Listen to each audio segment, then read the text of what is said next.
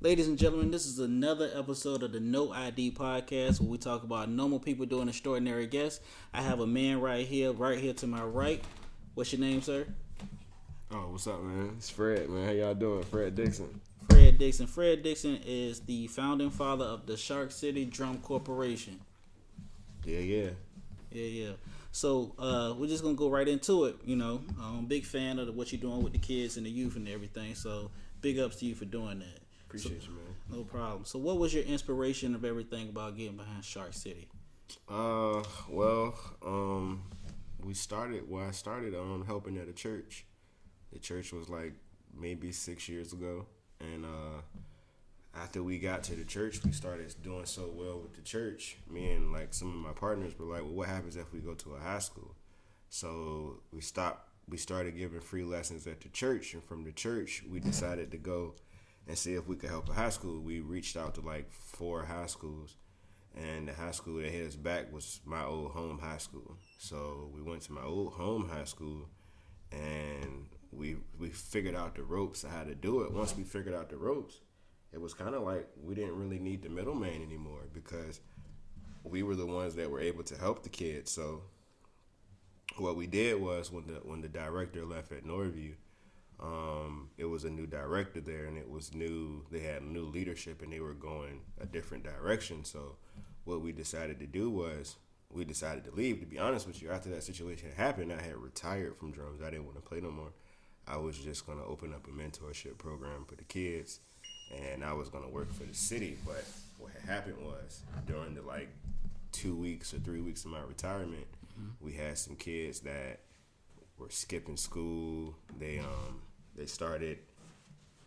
started smoking weed, skipping school, and all this other kind of stuff. So it was like, all right, well, I need to be back. I need to come back in these kids' lives because sometimes you need positive role models. So what we did was we started after hours at a high school at like 6 o'clock, and we started after hours helping the kids, and we brought them back. And what happened was we started out, we had 4 kids, and it was 4 of them working after hours at a high school at like 8 o'clock at night. So we had 4 kids, and then 4 turned into 8, and then 8 turned into 16, and 16 turned into 25, and it's like, okay, we got a whole movement going on here. So to be honest with you, we never knew it would get as big as it did. It just blew up.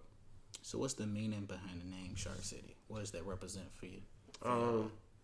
Well, Norfolk was already called Shark City, so it wasn't like I actually made the name. Norfolk was called Shark City. You know, they got a Shark City clothing line. There's a Shark City beauty supply store. There's a Shark City battle rap league. There's all kinds of Shark City stuff. They kind of named the Hampton Roads area was named Shark City, so we just took the Shark City part and we added the drum part to it. And it was like, okay, well, we'll just keep the Shark City name going and made it Shark City Drum Corps. That's what's up, man. That's what's up. So, like, I hear you talking about like using your gift and your passion. Like, what's like? I know you're trying to mentor the youth. Like, what's your inspiration behind getting behind the youth? Man, a lot of things with life. With life, you get sometimes people say that they choose a path and that's the path they want to do, but I feel like this path was chosen for me. I didn't really. If you would have asked me 2 or 3 years ago what I would have did, I wouldn't have told you we'd be sitting here talking about a non-profit drumline that's reaching the whole community. I would have never told you that. But what happened was, once that situation happened and the junk got that big, it was like, okay, well now we got a movement here, and we didn't know this movement was going to get this big. Then all of a sudden, parents started bringing little kids. So it's like, okay, well the little kids can't be with the big kids because the little kids ain't on the same level playing wise as the big kids. So now we got to start a drum line for the little kids. And all of a sudden, parents is bringing dancers. So it's like, all right, well, I mean, we don't really have a dance line, but we'll make one. And then all of a sudden, horn. So it's like, it's not like I chose it. It kind of just like fell in place, and that's what happened. What I admire about Shark City is, honestly, in my opinion, it goes against the grain. Because the stigmatism that's usually placed is you see a lot of youths going for like the athletic scholarships, but nobody thought about the musical scholarships. Using their creative genius and their talents to go beyond college and stuff like that. You sent a couple of kids off to school, right, full scholarships. And I mean, you wanna know what's so crazy about the situation? When we first started this a year and a half ago, people perceived it as being negative. They told us we were taking away from we were taking the kids away from the public school systems and interrupting in the fine arts programs. They told us we were negative. We didn't get the support that we were supposed to get in the beginning because everybody kept saying it was negative. We had issues with band directors, and it really wasn't that. We were just pushing the culture forward. So regardless of what people said, and I'm glad you said that because we've learned to do things our own way, and we don't care about what people say anymore. As long as it's saving the next kid's life or changing the next kid's life, that's all that matters. You might not agree with the method. You know what I'm saying? 2 + 2 is 4. 3 + 1 is 4. it's the same. It's the same thing, regardless of whether you agree with the method or not. If the goal is to get it here, and my way is to go up, turn right, turn left, make another right, and I'm there, and your goal is to go straight up and turn right, doesn't matter. We get in the same place.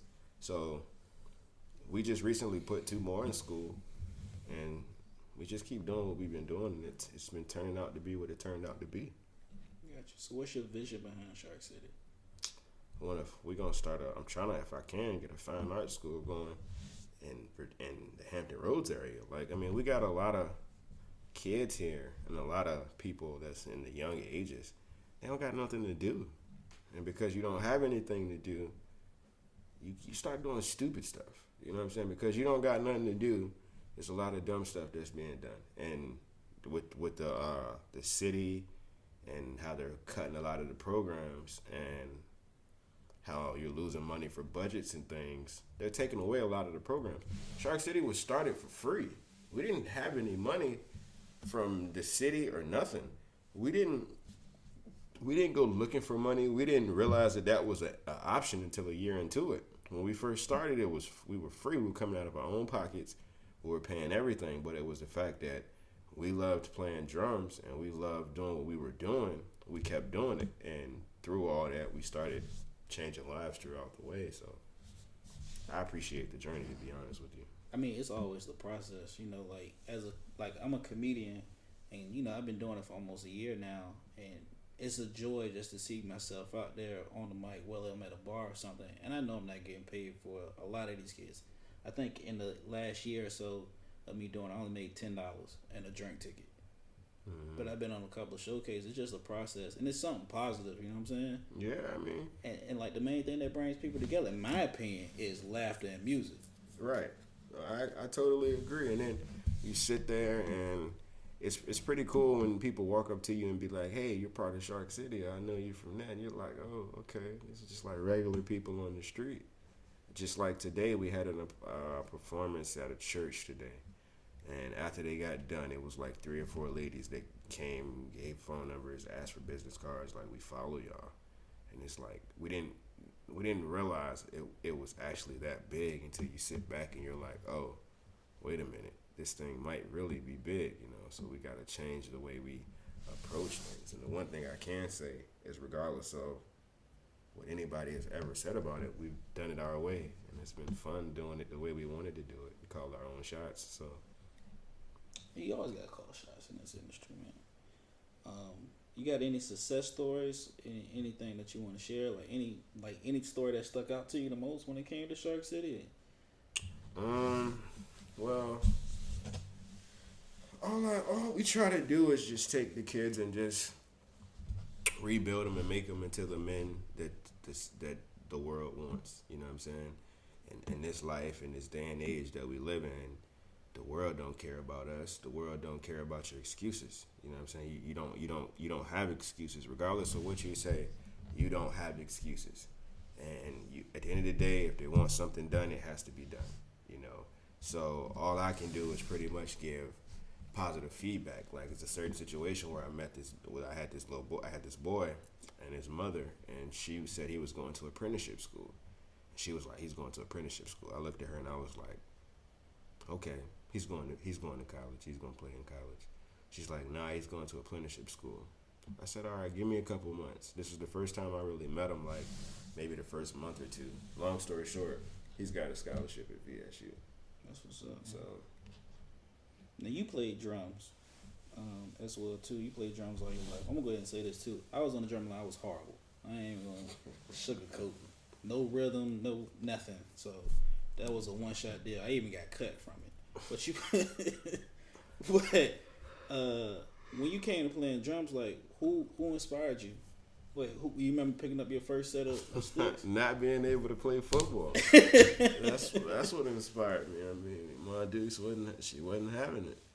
I tried to play football and she wasn't having it. And it was like, damn, I can't play. And it's like, nah, you can play flag, but you can't play tackle football. So it's like, okay, well, I gotta find something to do in the fall, and I can't play football. I'm not gonna play field hockey. Doesn't really seem like nothing I would do. So I was like, all right, well, I'll give it a shot and play drums. And once I started playing, I just got really good at it. And that's the difference between good and great, in my opinion. Not everybody's opinion. When you're good, you're just good. You know what I'm saying? You can be nice, but when you're great, you're able to make the people around you good, if that makes any sense to you. I consider myself great because I can make all the kids and the people around me get scholarships to make them be good. So therefore, I'm great, if that makes sense.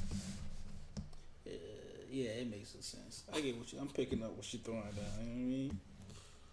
So you still picking up the sticks, or you just picking them now just to? Man, you gotta let these young boys know you still nice, man. Otherwise, they'll try you. He's an old man now. Yeah. Hey, man, you gotta let these young boys know, because there's a lot of stuff they do now. Like even with basketball, like you can say in the '80s, you wasn't shooting all them threes like they shooting now. Mm-hmm. So a lot of basketball players, you'd have to adapt to the way that they play. Even with football, you were getting hit in the head in football, and you were hopping right back up, and you were just playing. And that was the way you were playing. And if an 80s football player plays now, he's going to go head hunting. He can get kicked out the game as soon as he do it. And the same thing with basketball. And it's the same thing with drums. We played and we did a different way than they did. So in order to stay relevant, I got to practice. Otherwise, they're not going to listen to me. Like, bro, you old. But they're going to challenge you. They're going to try you. So you got to keep up with the times. I don't play as much as I should. But I still can play. So with Shark City, I heard, if I'm mistaken, no, correct me if I'm wrong, y'all had horns too? Or? Yeah. Again, it's one of those situations where one of my homeboys, which was Fred Hicks, it's another Fred, shout out to Fred.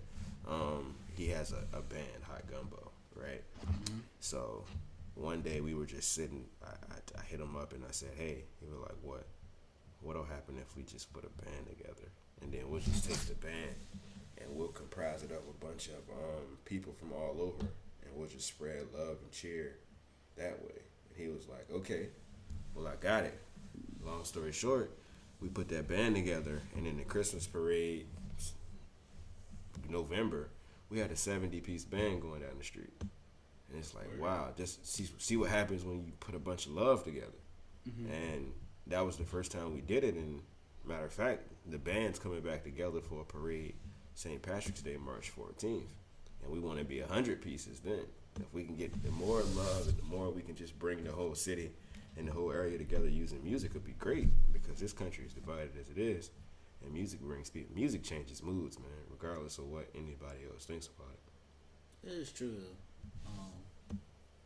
That's very true when it comes to music, man. It's already divided, and to see, positive, young black brothers doing something positive in the community, that's commendable, brother. So much respect to you on that one. Lord, man, I'm blessed, bro. I didn't, like I said, I didn't choose this. It kind of chose me. It's a life that chose me, and I just been blessed by it.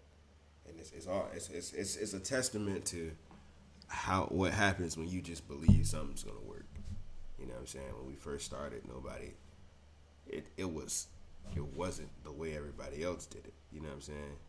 You don't have the backing, and you don't have the monetary support of the high schools when you do this. So transportation, permission slips, making sure the drums have maintenance, making sure you have enough chaperones, paying for hotel rooms. We got to do all that.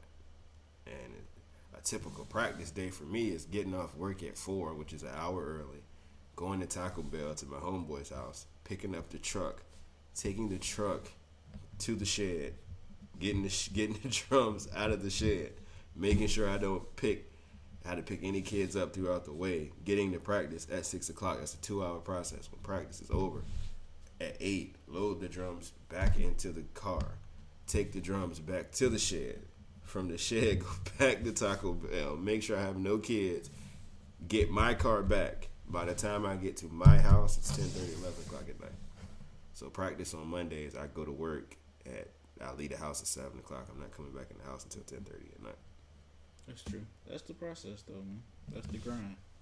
So keep doing what you're doing. Do you? I saw too, if I'm not mistaken, y'all doing Broadway.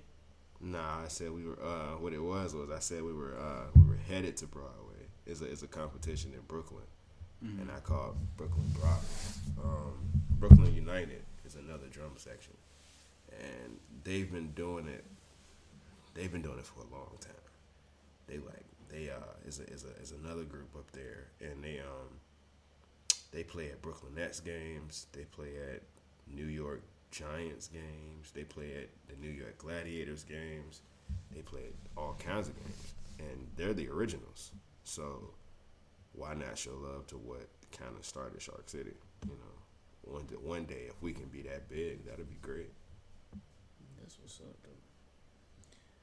So, usually we end off on any podcast where I talk about who's your top 5 comedians. I'm gonna ask you, who are your top 5 musical inspirations? Well, first of all, I have to say my first musical inspiration, regardless, will be my mother, because without her, even though she's not technically a singer, but without her telling me I couldn't play football, none of this would be possible anyway. You know, it's that one little thing in a kid's life that changes the perception of everything by being told you can't play football at such a young age. And having to call your dad, like, man, if you don't talk to this lady, I'm trying to play football. And I'm like, she's not going to listen to you. You're not even really here for real. So I'll give her all the credit for everything that I've done in my life. So she would be 1. She would be 2. She'd probably be 3, 4, and 5, too. So, I mean, if I have to give you my top 5 that influenced me, she deserves all the credit. I know she'd be proud. And I just wish people could see the lady that I saw when I was growing up, and she deserves all the credit, to be honest with you. All right. What's your social media handles? Where can they follow y'all at? Like, where they get updates? I mean, you can follow me personally if you want to throw me $10 on my Cash App, which is Cash App FX Dixon. You know, but Shark City has their own Facebook page, it's Shark City Drum Corp. They have their own Instagram page at Shark City Drum. They got their own YouTube page at Shark City Drum. They also got a little bit of hot gumbo up there. We got a parade coming up, St. Patrick's Day Parade. Where's that at? Ocean View, Granby Street in Norfolk. It's March the 14th. Our whole competition season starts the end of March, so we're going to be on tour for like the next 2 or 3 months. Tour. The goal is to capture first place trophies everywhere we go. So, I mean, you gotta go there and shut down the competition. that's the goal, you know. But you can't really say that. The way the world is and how everybody's so soft and they be like, you talking trash. You can't really say you're going to win all first place trophies because the world is just so soft. So I'll just say that our goal is to do really well. Make a statement, I guess. Make a name. Yeah, you can't, you know. I don't think it's a little sensitive. I'm petty, bro. So you know, if I can be petty and talk and be petty, it's cool. But as I've grown up and I realized the world, you can't really do that anymore. So I'm actually hosting an event for y'all too, April 25th. 25th. It's actually the biggest competition in this area. We got about 10 drum lines, 5 dance lines, 3 cheerleading lines. Hopefully our horn section will be there. I think we got a tap dance squad there. I mean, we got that show's gonna be really, really huge. And I mean, that just goes to show you how.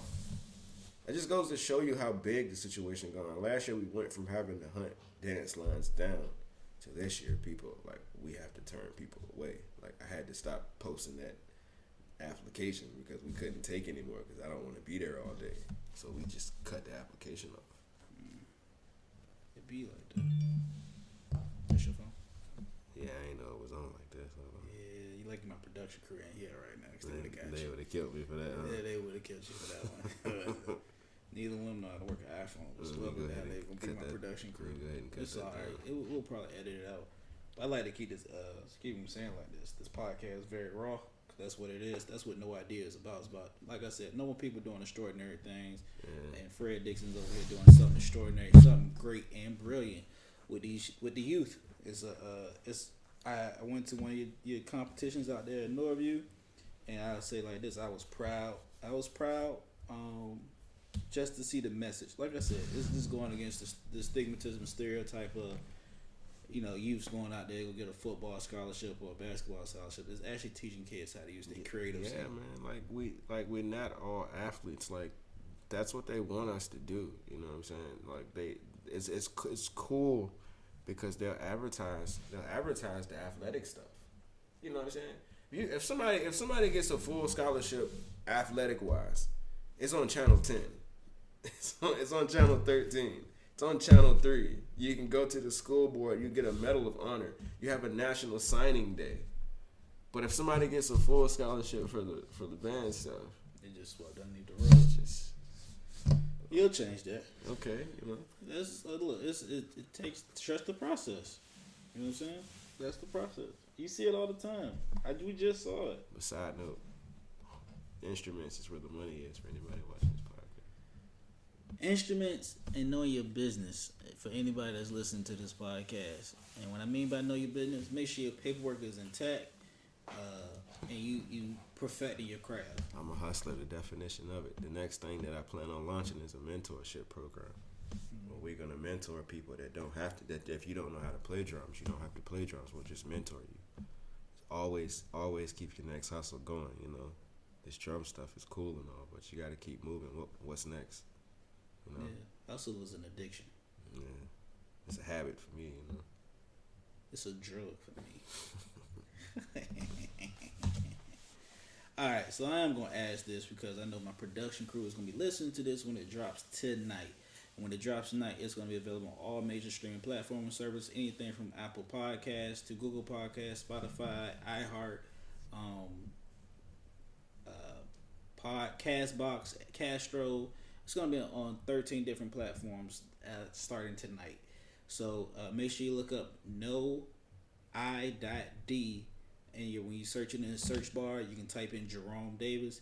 You can also follow me on all social media platforms at Rome Davis Comedy. All right, you can follow the podcast. We have our own Instagram page. Well, I have my own Instagram page for it because it's just me. There's no _I.D podcast.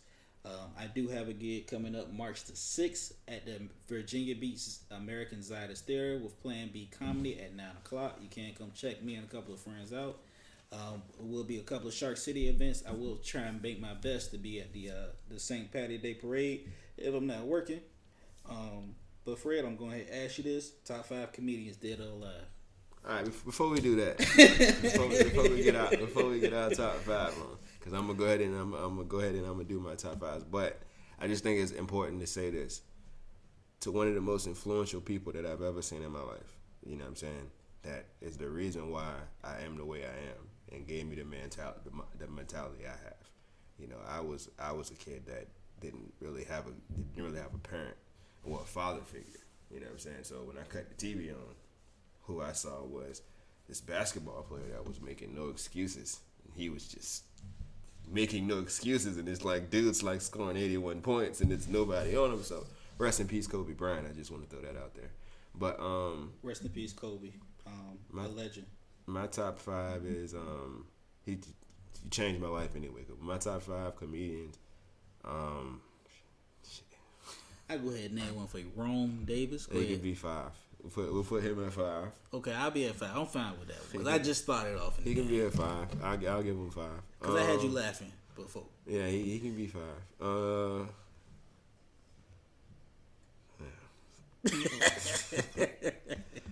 Martin Lawrence is up there. Okay. Cat Williams is up there. Now, which Cat Williams? Both Cat Williams. Post crackhead Cat Williams is funny, but Cat Williams he's just funny. Dave Chappelle was definitely up there.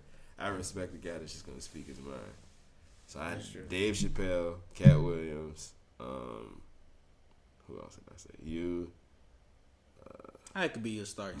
I could be a 6-man. Martin Lawrence can be in there. Need one more. Cedric the Entertainer. Steve is funny, man. Steve Harvey was funny, but now he's kind of like Uncle Tom now. We ain't gonna really get into that Yeah, part. Yeah, I love you still, Steve, though.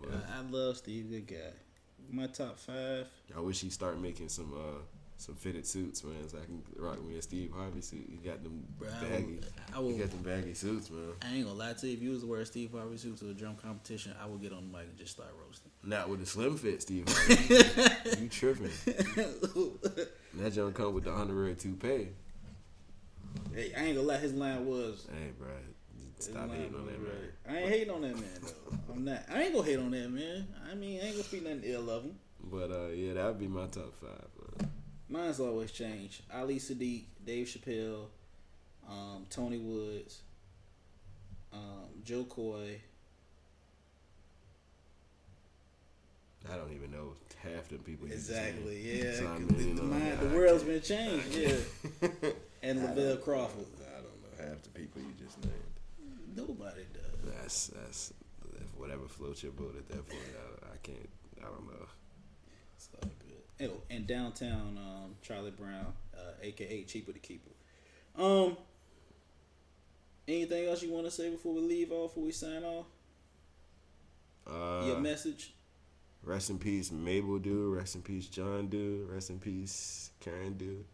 Rest in peace, the Dew family. There's a lot of them that's not here right now that I'll just send shout outs to. And also rest in peace to the Dixon family. If we can carry the torch, we'll carry it.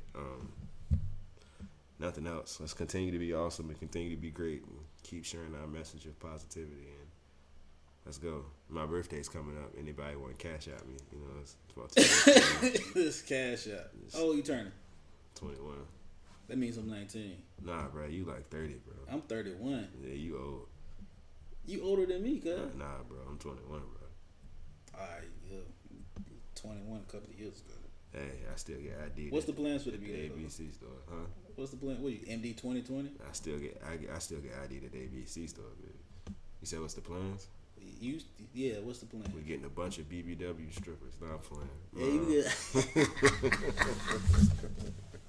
Nah, I ain't even thought about it. To be complete, I wanted to go paintballing, but I don't think I want them kind of problems.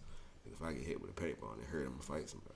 Yeah, I did it before. Nah, I'm good, bro. I did the paintball before, but if you get the BBW strippers, you know what I'm saying? I'm gonna go ahead and say it like this. I got I can bring some chicken wings from. Jump out the cake. I want them to jump out. Hold them down, baby. Let mama have them. I like a Respucia type joint to jump on. They be on the swing. Nah, man, I ain't messing with you, man. What? Well, yeah. That's pretty much it, man. I appreciate y'all listening to us once again, the No ID Podcast. Make sure you follow Fred on his social media platforms, which are social media is Instagram, Facebook, Cash App. The main one is the Cash App though. Cash App $FX Dixon. Support the kids. You gonna support the kids. And you make sure you follow me at Rome Davis Comedy. Follow the podcast on Instagram at @no_I.D podcast. And that national holiday is March 18th. It's my birthday. Turn up. And we giving out cash apps, No ID Media LLC. Oh, well, give me one then. What are you talking about? You gonna say you giving out cash apps? So you see me talking about my cash app? Right, man. Look, I got one cash. That's for business, bro. That's terrible. I give cash with the donate to you. I ain't gonna cash app. You cash app for the sponsors. Like I said, once again, it's gonna be on all major streaming platform services. This is your man Jerome Davis, aka Rome Davis, signing off over and out with Fred Dixon, the founding father of Shark City Drum Corps. And this is Monica Hurd to get the last word. I always wanted to do that because she did it on Martin. So you good, I'm done. You done? I'm done. Oh no, wait. You say you gonna sing a song too? Nah, You ain't gonna do there's it. too many people watching. Ain't nobody watching. This is just audio. I'm gonna wait for my American Idol tryout, bro. Oh, okay. That's cool. All right. All right, man. Y'all be easy. I appreciate y'all listening to the No ID podcast. This is Rome Davis signing out.